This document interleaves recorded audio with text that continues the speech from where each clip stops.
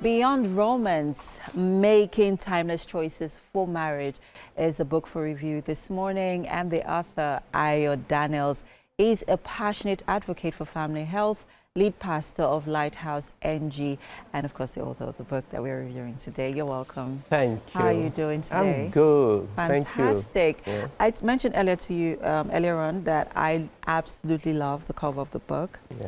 I can tell, you could tell that, you know, there's a lot of precision and meticulousness that went into the designing of the book. You're right. And it just, you know, picks out, you know, what it wants you to focus on, Yeah. which is the title, Beyond Romance.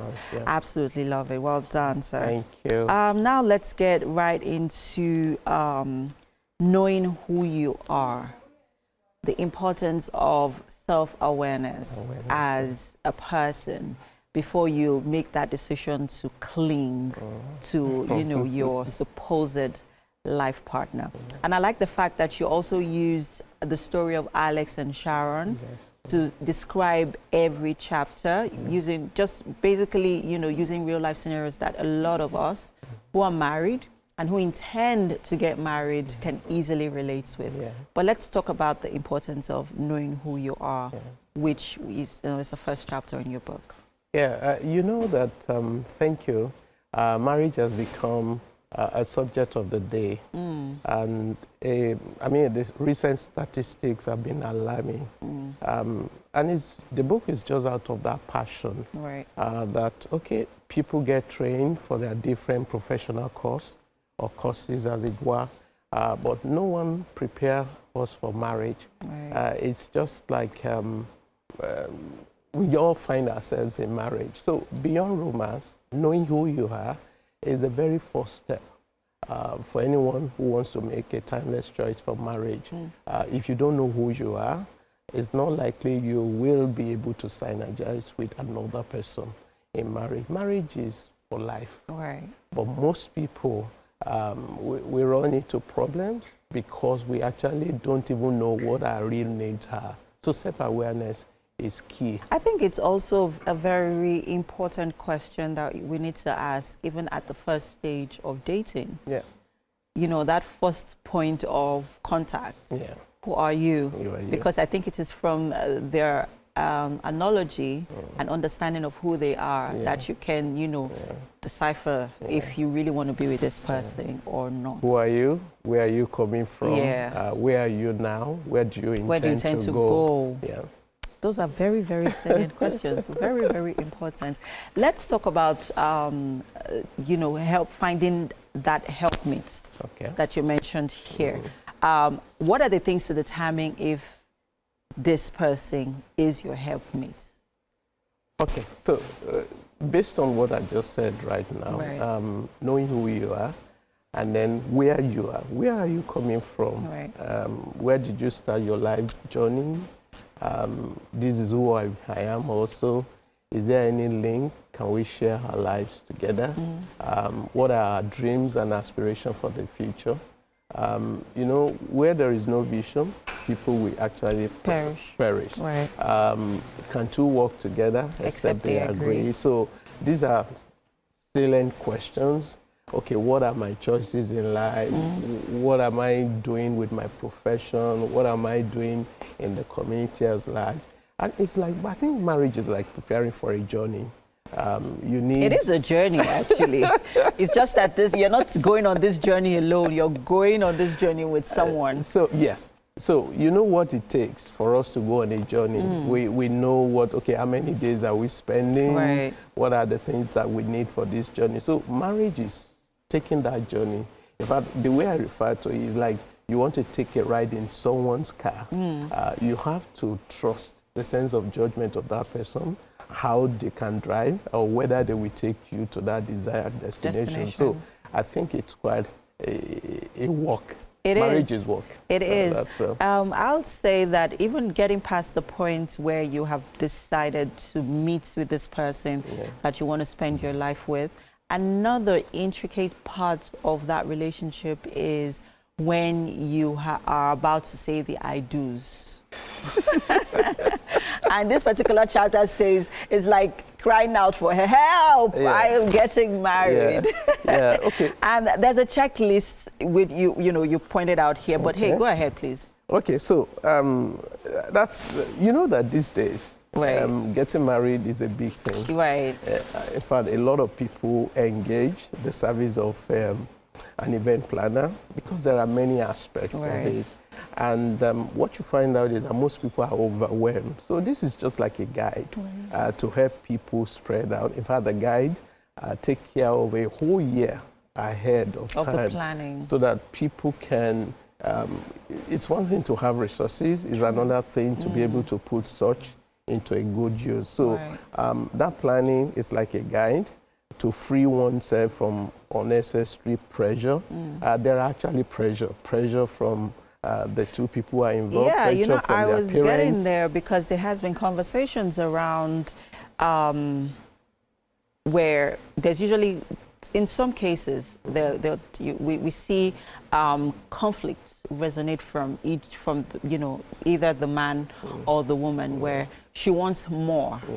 Maybe she's a first child, or maybe her expectations of a dream wedding is not, in line or in tune with, what the man wants, especially with his, it also depends on how buoyant he is. Even for a buoyant person, there are some people who would just rather have something small and, plan for the future instead of using so much, spending so much on a wedding. In that kind of scenarios, which I mean, even as a leader of a Christian community, you'd be you'd be familiar with those sort of so, instances. I mean, how do they handle that kind of scenarios? Okay, so thank you for that question.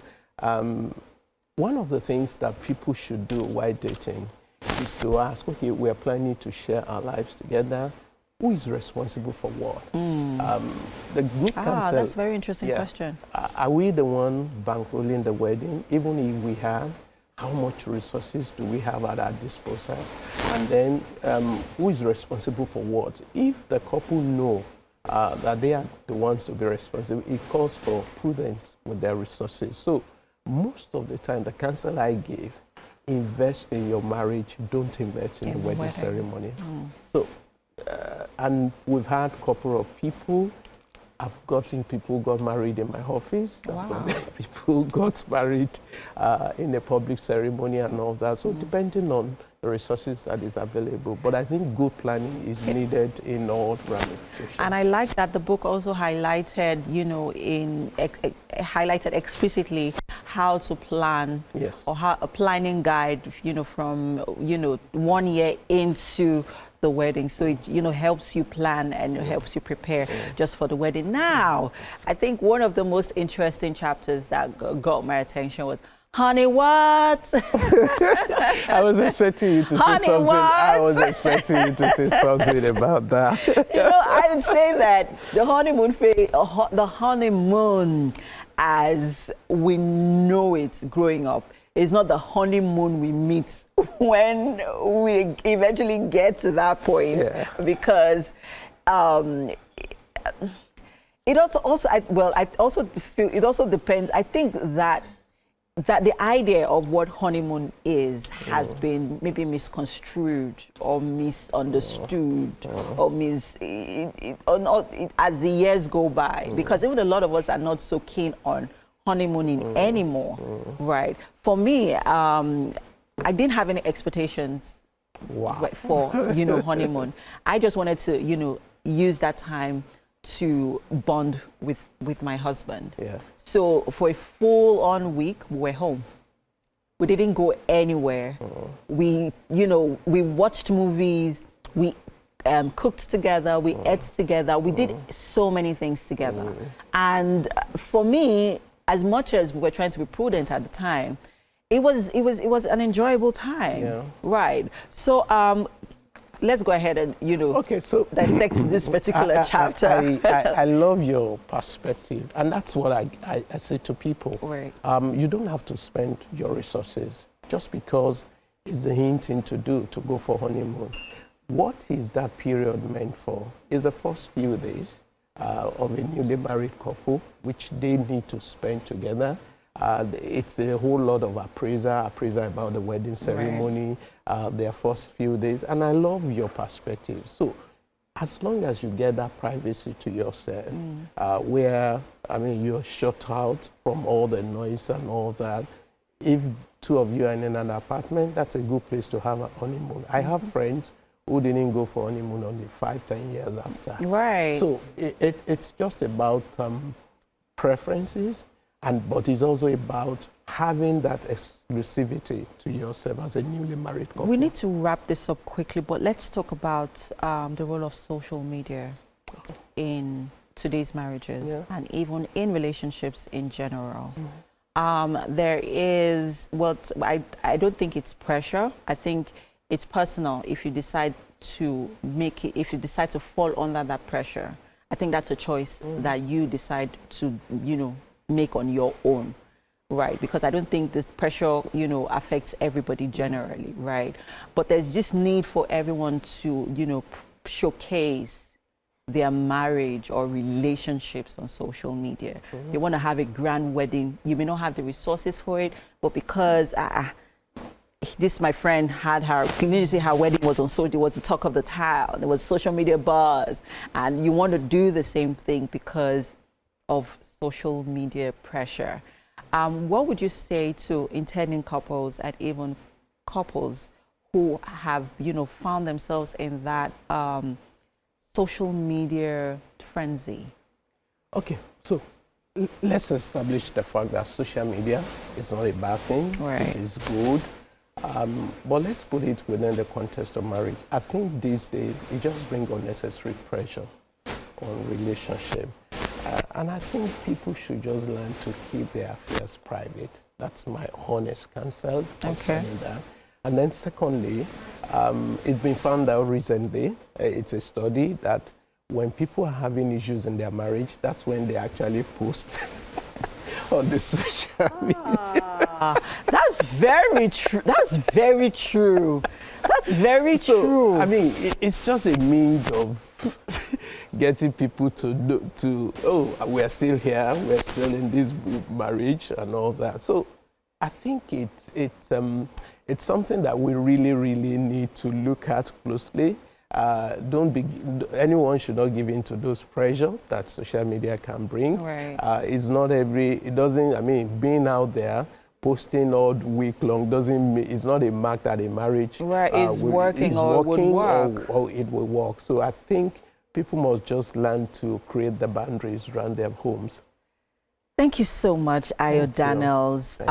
This is a must-have, even for couples and intending couples beyond romance, making timeless choices for marriage. I think you need to get onto Dr. Ayo's, Mr. Ayo's page, and you'll find you can reach out to on his social media handle, and then then you can find out where you can get the book.